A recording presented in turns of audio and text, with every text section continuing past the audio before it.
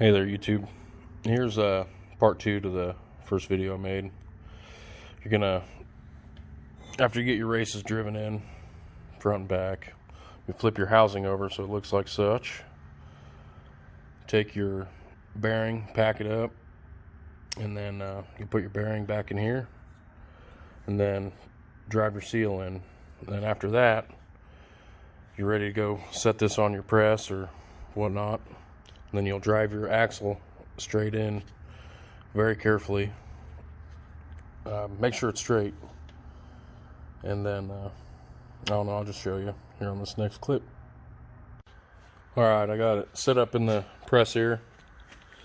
Like I said on the last video, you put your bearing in after you pack it, put your seal in, and then you put your shaft in, or the axle. And then you'll press it in very carefully. Alright, after you get your axle pressed into the housing and it's where it should be, you'll go ahead and pack this bearing for the back side. Then you'll have to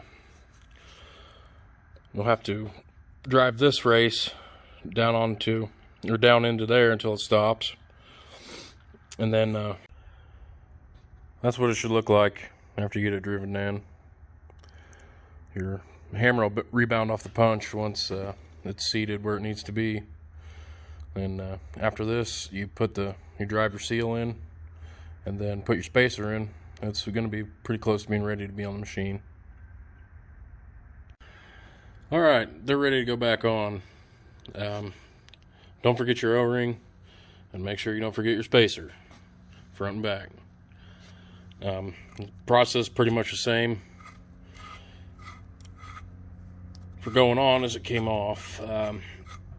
It'll really help you to have somebody to hold that sprocket, help you get it lined up with these splines on the axle. But we'll go on just like so.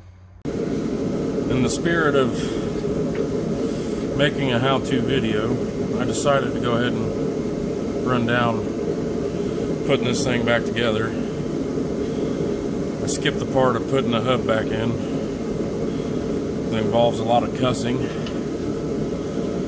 and YouTube don't like that, so I'm going to kind of go through, just watch me, I guess, I don't know. Put all these nuts on, snug them down. You don't want them screaming tight, because you need to be able to adjust it. But you also don't want the O-ring that's on the back of this thing to fall off. That's why you want to snug it down. At least that's why I'm doing it. So,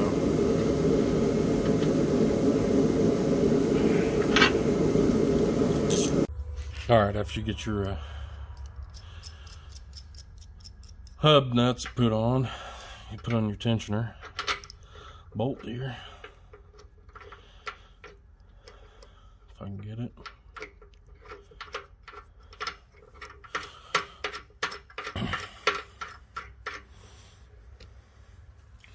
These are 3/4. These are also 3/4. I think I mentioned that already. And start pushing it back a little bit. Now, I'm going to go ahead and put the washer and nut on, tighten it. Seen some forums that said you don't want any preload, or you don't want it to be loose at all, or else it's going to screw your seals up. Some said 75 foot-pounds for torque on this. And then nobody's real sure, I guess, so I'm just going to get it fairly tight. Not over tight, but tight enough, and then I'll come back to you. Alright, once you get that nut torqued down to where you want it, your hub still moves pretty freely. It's not tight. You can start adjusting it with that bolt there. Kind of give you guys a shot of where it's at. It's way too much, and it don't take much to bring her down tight, it adjusts pretty quickly.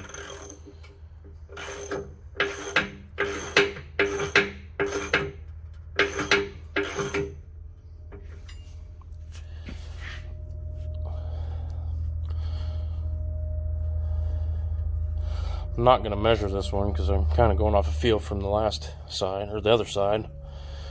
It's feeling pretty good. Might go a little bit more.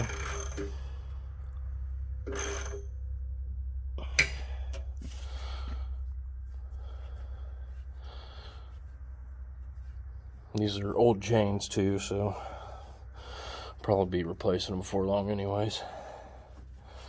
What I looked up said 1/2 inch to 1 inch at the back of this case here, this hole. I went about right here. After you get your slack out of the chain, tighten these hub nuts. I don't know what the torque spec is. Get them tight. Tighten your jam nut. Before you put your wheels on, pack them with grease, or grease them up. You won't be able to after you put the wheels on, obviously, so I just wanted to, in the spirit of being detailed, just wanted to mention that. And then you're good to put your wheels on. And then I'm gonna run this thing for a couple hours tomorrow. I'm gonna drain the oil and everything out before I do that. Refill both sides. I'm gonna check the chains about 2 hours in, and then about a day in, and then about another week in, just to make sure nothing's coming loose. Alright, I'm gonna grease these things up. I'll make an update video in a week or two showing you what the chains look like.